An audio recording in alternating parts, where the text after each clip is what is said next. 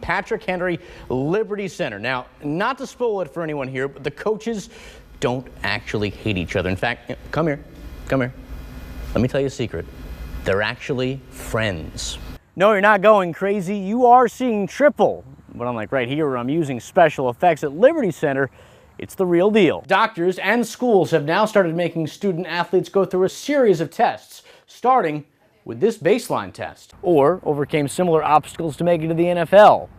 Right now, Green is working hard to make sure he gets his own perfect Hollywood ending. Toward the end of the first quarter, Terrence Owens went up the middle for a gain of 7 yards. It looked very routine, but he went down and he stayed down. Now, I'm sure by now you're thinking, if they played in the NFL, they should have no problem landing at an anchor desk like this one. I'm a loud guy, and sometimes I just want to cut loose. On the golf course, you can't do it. You gotta be quiet. You gotta talk in a voice like this. The eyes of 24-year-old Roshan Jones have seen far too much violence. I grew up in West Toledo. You know, I grew up around a lot of gangs. I seen a fight. You know, one guy shot the guy that beat him up, and you know, and everybody ran, and then his body was still there. He was only 10, but the memory of a man's body lying in the street was something he's never forgotten. It was then Jones decided gang life wasn't for him.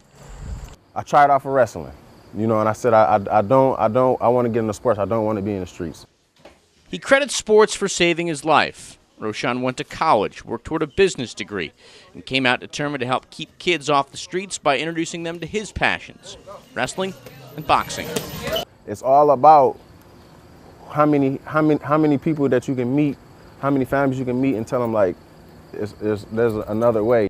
He had a plan, but he needed money. And while he had some of it, he didn't have all of it.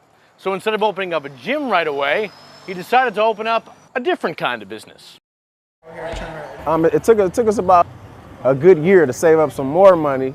And, you know, we saved up enough money as we could, you know, bought a building, and then above the building, it was open space. So we said, you know what, this is where we can start our dream.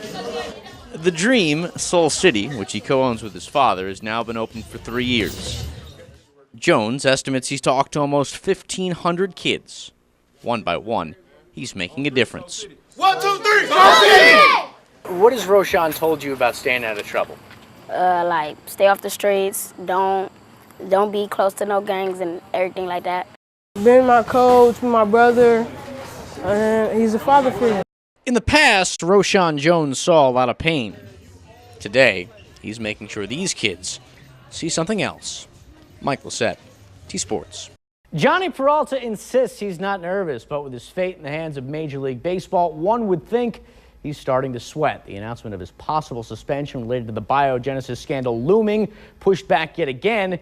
ESPN reports it's coming Monday. That means for now, Peralta gets to play. Tigers taking on the White Sox. Johnny didn't make an impact, but his would-be replacement, the newly acquired Jose Iglesias, did, playing for the injured Miguel Cabrera at third. Fourth inning scoreless with one on. Iglesias scores in Prince Fielder. 1-0 Tigers, and Jose says, I think I'm going to like Detroit. Fifth inning, same score, Austin Jackson. That's not coming back. Number 7 on the season. That makes it 2-0. Tigers would hold on for a 2-1 win. They've won 6 straight. Meanwhile, Indians right behind Detroit have won 8 in a row. You'd think it'd be easy against the NL's worst Marlins. Oh, think again. First inning, Logan Morrison, just a wonderful night. An RBI double here off Ubaldo. Had 4 hits, including a triple. Marlins would score 3 in the first and not look back. Jose Fernandez did the rest. Indians just could not figure him out. Career high 14 strikeouts, allows only 3 hits and 8 innings of work. One of those nights, Indians dropped this one 10-zip. They're now 3 behind Detroit for first in the AL Central. There's a baby boom happening at Fifth Third Field. Outfield, Nick Castellanos and right-hander Jose Ortega recently welcomed bundles of joy. Unlike the Hens, both babies are doing great. Toledo's dropped 4 straight heading into tonight's game with Durham. That's our own Jordan Strack throwing out the first pitch, and it is nicely thrown. Jordan getting married tomorrow. Congrats to him. Bottom six tied at 2. Brian Holiday, the difference maker.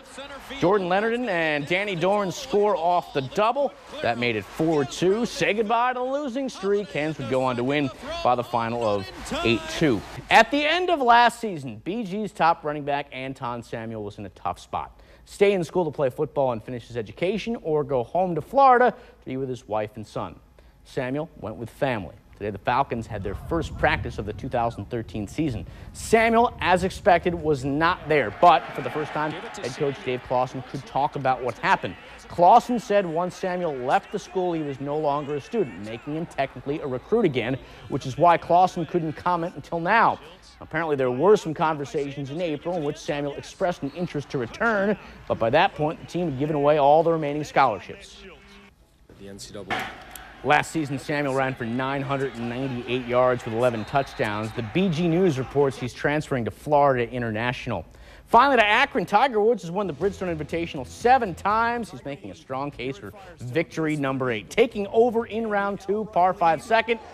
That's an eagle, and that's the lead. He was only getting started. Tiger at one point chasing a 59. Ended up settling for a 61. A tough shot there in 18 to save par. He'll take it. The 61 matches a career best score. Tiger leads by 7 strokes going into the 3rd round. That's T-Sports. I'm Mike Lacett. Before Tom Brady's able to get his hands on a football at this year's Super Bowl, it's got to go through her. The best part is this right here. For over 40 years, Jane Helser's had her hand at making each and every football used during the Super Bowl.